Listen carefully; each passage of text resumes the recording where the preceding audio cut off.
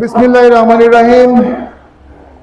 গভীর শ্রদ্ধার সাথে আজকে স্মরণ করছি পল্লী বন্ধু আলহাজ হুসেন মোহাম্মদ এরশাদকে, যিনি এদেশকে ভালোবেসেছিলেন, এদেশের মানুষকে ভালোবেসেছিলেন, নিজের জীবনের শেষ রক্তবিন্দু দিয়ে দেশের মানুষের সেবা করেছিলেন। গভীরভাবে কৃতজ্ঞতা জানাচ্ছি আমাদের পার্টির চেয়ারম্যান জনাব জি.এম. কাদেরকে, যিনি আমার মতো তুলনামূলক নবীন একজনকে মহাসচিব করেছেন। আমি তার কাছে বিশেষভাবে কৃতজ্ঞ। এরশাদ স্যার একজন অসাধারণ মানুষ ছিলেন। তার সম্পর্কে যখন কথা বলতে চাই, চোখ ভিজে ওঠে। অত্যন্ত স্নেহ করতেন আমাদেরকে, অত্যন্ত ভালোবাসতেন আমাদেরকে। এদেশের মানুষ নিয়ে উনি অনেক চিন্তা করতেন। যখন হেফাজতের আন্দোলন হচ্ছিল উনি পানি দিয়েছিলেন, এবং যখন গোলাগুলি হলো আমি ওনার বাসায় গেলাম, দুঃখ ভারাক্রান্ত মনে উনি বসেছিলেন। বললেন, গুলি চালালো কেন? 8 বছর ক্ষমতায় ছিলেন, হাতে গোনা 2-1টা মানুষ মারা গেছে তার সময় পুলিশের গুলিতে। পরবর্তীতে প্রতি সময় দেখা গেছে শত শত মানুষ মারা গেছে। এরশাদ কখনোই স্বৈরাচার ছিলেন না। স্বৈরাচারের যে বৈশিষ্ট্য তার একটাও এরশাদের মধ্যে ছিল না। এরশাদ এদেশের দেশপ্রেমিক একজন সেনা শাসক ছিলেন। সেনা শাসক থেকে দেশের প্রয়োজনে রক্তপাত এড়াতে উনি ক্ষমতা নিয়েছিলেন। সেই সময় দেশে জিয়ার মৃত্যুর পরে দেশে সিভিল ওয়ার হতে পারত, আর্মির মধ্যে বিভাজন ছিল, উনি সেখানে ঐক্যের সৃষ্টি করেছেন। সকল পলিটিক্যাল পার্টিকে সম্মানের জায়গায় রেখেছেন। তার বিরুদ্ধে অসংখ্য আন্দোলন হয়েছে, অনেক লোক অ্যারেস্ট হয়েছে, কিন্তু কোন রাজনীতিবিদকে তিনি অসম্মান করতেন না। রাজনীতিবিদের পরিবার সসম্মানে থাকতো। এটা টকশোতে আজকে অনেকে বলে। জিয়াউর রহমানের মৃত্যুর পরে তার পরিবার যখন চরমদের অবস্থায় পড়ে, খুব সম্ভবত খালেদা জিয়ার যে বাড়ি, যেটা পরে ভেঙে ফেলা হয়, ওই প্লটটাও এরশাদ স্যার তাকে দিয়েছিলেন। কর্নেল তাহেরের মৃত্যুর পরে কর্নেল তাহেরের পরিবার সম্পূর্ণ বিধ্বস্ত অবস্থায় থাকে। কর্নেল তাহেরের পরিবারকেও এরশাদ ক্যান্টনমেন্টের পাশে প্লট দিয়েছিলেন, এবং পরবর্তীতে দেখা গেল সেই তাহেরের স্ত্রীকে প্লট দিয়েছিলেন, মঞ্জুকেও প্লট দিয়েছিলেন। কিন্তু সেই মঞ্জু হত্যা মামলায় তাকে দীর্ঘদিন আটকে রাখা হয়। এরশাদ শৃঙ্খলিত রাজনীতিবিদ ছিলেন। জাতীয় পার্টি কখনো স্বাধীনভাবে রাজনীতি করতে পারে নাই, জাতীয় পার্টিকে স্বাধীনভাবে রাজনীতি করতে দেওয়া হয়নি। আমার ব্যক্তিগত জীবনে পল্লীবন্ধু হুসেন মোহাম্মদ এরশাদের অনেক অবদান আছেন। উনি আমাকে চারবার তার জীবদ্দশায় নমিনেশন দিয়েছিলেন, এবং একটা পর্যায়ে উনি কোনো নমিনেশন বিক্রি করতেন না, শুধু বলতেন একটাই নমিনেশন সুন্দরগঞ্জে, শামীম হায়দার পাটোয়ারি। এবং আমার উত্থানের পিছনে আমার জি.এম. কাদের স্যারের আশীর্বাদ ছিল, এবং আপনারা সকলেই আমার বিভিন্ন সময় রাজনীতিতে আমাকে ব্যাপক সমর্থন সহযোগিতা করেছিলেন। দেশ এক চরম ক্রান্তি লগ্নে আছে। এই ক্রান্তি লগ্নে জাতীয় পার্টি জনগণের রাজনীতি করছে। জি.এম. কাদের জনগণের রাজনীতি করছে। জি.এম. কাদের অন্তর্ভুক্তি রাজনীতির কথা বলছে। 14 সালে যখন দেশে একতরফা রাজনীতির পায়তারা হলো, একতরফা ভোটের পায়তারা হলো, জি.এম. কাদের তখন রানিং মন্ত্রী থাকা অবস্থায় উনি বললেন একতরফা ভোটে আমরা যাব না। এরশাদ প্রত্যাহার করলেন, জি.এম. কাদের প্রত্যাহার করলেন, আমি প্রত্যাহার করলাম, আমাদের 270 জন প্রার্থী প্রত্যাহার করলো। বাংলাদেশের সমসাময়িক ইতিহাসে অন্তর্ভুক্তিমূলক গণতন্ত্রের জন্য, দেশের মানুষের জন্য এত বড় দুঃসাহস আর কেউ দেখিয়েছে বলে আমার মনে হয় না। সে সময় এরশাদের ফাঁসি হতে পারত, সে সময় জি.এম. কাদেরের ফাঁসি হতে পারত। ওনারা দেশের স্বার্থে ওই সময় সঠিক সিদ্ধান্ত নিয়েছিলেন, তবে নানা কারণে সিদ্ধান্তটি পুরোপুরি বাস্তবায়ন হয়নি। আজকেও জি.এম. কাদের সেই অন্তর্ভুক্তিমূলক রাজনীতি, ইনক্লুসিভ ভোটের কথা বলছেন। কারণ একটা দেশে ইনক্লুসিভ ভোটের যে চাহিদা, সেটা অন্য কিছু দিয়ে পূরণ করা যায় না।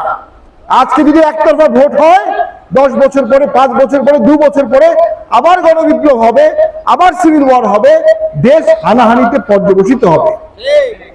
এই প্রেক্ষাপটে জি.এম. কাদের যে প্রশংসনীয় উদ্যোগ, দেশের মানুষ তো সাগ্রহে গ্রহণ করেছে। প্রথমবারের মতো অনেকদিন পর জাতীয় পার্টি সর্বদলীয় ঐক্যমত পাচ্ছে, সাধারণ মানুষের ভালোবাসা পাচ্ছে, সাধারণ মানুষের প্রশংসা পাচ্ছে। এই জাতীয় পার্টিতে স্ট্রাইকার একজনই, জি.এম. কাদের। এই জাতীয় পার্টিতে মেসি একজনই, জি.এম. কাদের। এই জাতীয় পার্টিতে ম্যারাডোনা একজনই, জি.এম. কাদের। এই জাতীয় পার্টিতে রোনাল্ডো একজনই, জি.এম. কাদের। আমরা সামনের দিকে দেশের স্বার্থে আমরা অনুভব করি জিএম কাদের একটা নতুন ধারার রাজনীতি নিয়ে আসছেন, নতুন ধারার পরিকল্পনা নিয়ে আসছেন। এই নতুন ধারার রাজনীতি বাংলাদেশ বাঁচানোর রাজনীতি, এই নতুন ধারার রাজনীতি বাংলাদেশকে টিকে থাকার রাজনীতি, এই নতুন ধারার রাজনীতি গণতন্ত্রকে টিকিয়ে রাখার রাজনীতি।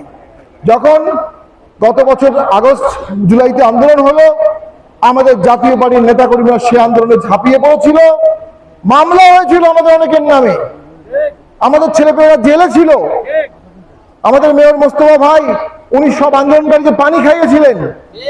রানিং সিটিং মেয়র হওয়া সত্ত্বেও মিছিলের অগ্রভাগে উনি ছিলেন।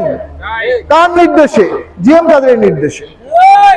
এবং যে কারণে তাকে ভৎসনা পেতে হয়েছিল, স্বরাষ্ট্রমন্ত্রীর সামনে তাকে ভৎসনা করা হয়েছিল, উনি সহ্য করেছিলেন। জাতীয় পার্টি জনগণের সাথে বেইমানি করে নাই, করবে না। জাতীয় পার্টি জনগণের স্বার্থে আছে, থাকবে। তারপরে একটি নতুন সরকার হলো, আমরা সেই সরকারকে স্বাগত জানালাম। একজন বরেণ্য অর্থনীতিবিদ, নোবেল লরিয়েট সরকার প্রধান হলেন, আমরা স্বাগত জানালাম। আমরা ভেবেছিলাম উনি ঐক্যের রাজনীতি করবেন, উনি অনেকের রাজনীতি শুরু করলেন। আমরা ভেবেছিলাম উনি আশা জায়গা নিয়ে রাজনীতি করবেন, দুঃখের সাথে দেখলাম এই সরকার দুঃখ জায়গা নিয়ে রাজনীতি করলো এবং সংস্কার প্রক্রিয়ায় জাতীয় পার্টিকে বাদ দিল। দেশের বিশাল অংশের মানুষকে বাদ দিয়ে একটা সংস্কার হতে পারে না। দেশের বিশাল মানুষকে বাদ দিয়ে একটা সংস্কার টেকসই হতে পারে না। আমরা ভেবেছিলাম এই সরকার দারিদ্র বিমোচন করবে, দারিদ্র আরো বৃদ্ধি পেয়েছে, 28 লক্ষ লোক নতুন দারিদ্র হয়েছে। আমরা ভেবেছিলাম এই সরকার জব ক্রিয়েশন করবে, গত এক বছরে বাংলাদেশ থেকে 22 লক্ষ জব কমে গেছে। আমরা ভেবেছিলাম এই সরকার তার অসাধারণ ক্যারিশমা দিয়ে রোহিঙ্গাদেরকে ফেরত পাঠাবে, উল্টো আমাদের দেশে আরো 1.5 লক্ষ রোহিঙ্গা ঢুকেছে। আমরা ভেবেছিলাম এই সরকার দেশকে জঙ্গিবাদ মুক্ত করবে, আমরা দেখলাম মালয়েশিয়া আরো জঙ্গি ধরা পড়েছে, দেশ সঠিক দিশায় যাচ্ছে না। আমরা ভেবেছিলাম এই সরকার মানুষের নিরাপত্তা নিশ্চিত করবে, মততন্ত্র দিয়ে দেশকে একটা ভীতিকর পরিস্থিতি করা হচ্ছে। ভাইরা, আমার ভয়ের সমাজ আমরা চাই না, ভয়ের সংস্কৃতি আমরা চাই না, মবের সংস্কৃতি আমরা চাই না। যে সরকার মব নিয়ন্ত্রণ করতে পারবে না সেই সরকার ব্যর্থ। সেই সরকার যদি ব্যর্থ হয়, আস্তে আস্তে রাষ্ট্র ব্যর্থ হয়ে যাবে। আমরা চাই না এই রাষ্ট্র ব্যর্থ হোক, আমরা চাই না এই দেশ ব্যর্থ হোক। আমরা চাই অন্তর্ভুক্তি ইলেকশনের মাধ্যমে, মব নিয়ন্ত্রণের মাধ্যমে, লেভেল প্লেইং ফিল্ডের মাধ্যমে বাংলাদেশ গণতন্ত্রের নতুন অভিযাত্রা এগিয়ে যাবে ইনশাল্লাহ। আর সেই অগ্রগতিতে গুরুত্বপূর্ণ ভূমিকা রাখছে জাতীয় পার্টি, গুরুত্বপূর্ণ ভূমিকা রাখবে জাতীয় পার্টি। সামনের দিনে জাতীয় পার্টি তৃণমূলের রাজনীতি করবে। আমরা ওয়ার্ডে ওয়ার্ডে যাব, আমরা ইউনিয়নে যাব, আমরা উপজেলায় যাব, আমরা জেলায় জেলায় যাব, আমরা বিভাগে বিভাগে যাব। মানুষের কাছে এরশাদের কাজগুলো তুলে ধরবো, মানুষের কাছে জিএম কাদেরের দর্শন তুলে ধরবো, জিএম কাদেরের চিন্তাগুলো মানুষকে প্রভাবিত করবে এবং তার মাধ্যমে নতুন ধারার রাজনীতির সূচনা হবে নতুন বাংলাদেশে ইনশাল্লাহ। নতুন বাংলাদেশ আমরাই করব। আমাদেরকে দোষর বলার কোনো কারণ নাই, জনগণের প্রত্যেকটি আন্দোলনে আমাদের অংশগ্রহণ ছিল। 90 সালে রক্তপাত হতে পারে এই আশঙ্কায় এরশাদ স্যার জীবনের ঝুঁকি নিয়ে ক্ষমতা ছেড়ে দিলেন। কথা ছিল তাকে ভোট করতে দিতে হবে, তাকে ভোট করতে না দিয়ে তাকে জেলে নিয়ে যাওয়া হলো, তার সকল মন্ত্রীকে জেলে নিয়ে যাওয়া হলো। এরশাদ পরিবার তখন রাজনীতিতে এগিয়ে আসলো। সেই সময় এই উত্তরবঙ্গের মানুষ বা অন্যান্য এলাকার মানুষ এরশাদকে যে ভোট দিয়েছে, 5টি আসনে তাকে বিপুল ভোটে জয়লাভ করেছে। সারা পৃথিবীতে এমন একজন রাজনীতিবিদ নাই যিনি আর্মিতে ছিলেন উইথ আন ইম্পেকেবল ক্যারেক্টার, যিনি সেনাপ্রধান হলেন, যিনি সিএমএলএ হলেন, রাষ্ট্রপতি হলেন, কারানিতে যদি এমপি হলেন এবং মারা গেলেন উনি বিরোধী দলের নেতা হিসাবে। একমাত্র এরশাদ পৃথিবীতে একমাত্র রাজনীতিবিদ। আমরা সেই দল করি, আমরা সেই দলের আদর্শকে নিয়ে সামনে দেশ জাতি গঠন করব। দেশ জাতি গঠনের দায়িত্ব জাতীয় পার্টির দিকে আসতেছে ভাইরা আমার। এই দায়িত্ব নিতে আমরা প্রস্তুত। কারা প্রস্তুত? হাত তোলেন। ইনশাল্লাহ, ইনশাল্লাহ জিএম কাদেরের নেতৃত্বে কাদের বাহিনী করতে হবে প্রয়োজনে, ওই জন্য কাদের বাহিনী করতে হবে? স্বাধীনতা এমনি এমনি আসে না, মুক্তি এমনি এমনি আসে না।